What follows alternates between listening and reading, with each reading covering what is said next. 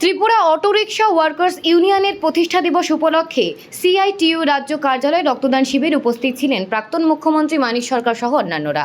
কি বলবো, রক্তদান তো আমাদের নিয়মিত কর্মসূচি, বছরের পর বছর ধরে দিচ্ছে। মানুষের বিপদে মানুষের পাশে তো মানুষকেই দাঁড়াতে হবে, আর মানুষের দেহের রক্ত তো মানুষের দেহ থেকেই নিতে হয়। কাজে এটা তো অর্গানাইজ করতে হবে।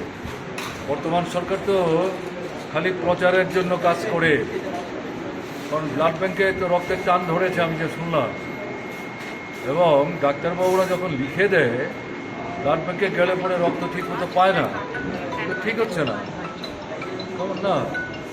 সেদিক থেকে আমার নিজের ধারণা গত বছর খানিকের মধ্যে রক্ত দেওয়ার যে কর্মসূচিটা, এটা অনেকটা পেছনে চলে গেছে। এটাকে আবার উপরে তুলতে হবে। সরকার কতটা উদ্যোগ নিল না নিল তার উপর নির্ভর করলে চলবে না।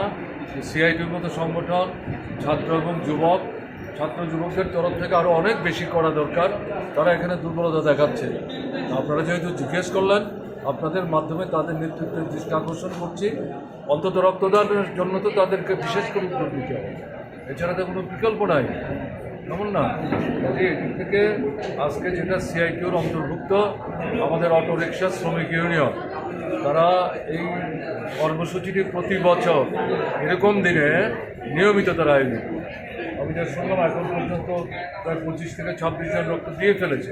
দারুণ ঘটনা। যারা রক্ত দিয়েছেন তাদের আমি সুস্বাস্থ্য কামনা করি, তাদেরকে ধন্যবাদ অভিনন্দন জানাচ্ছি। যারা অপেক্ষা করছেন রক্ত দেওয়ার জন্যে, আমি তাদেরকেও আগাম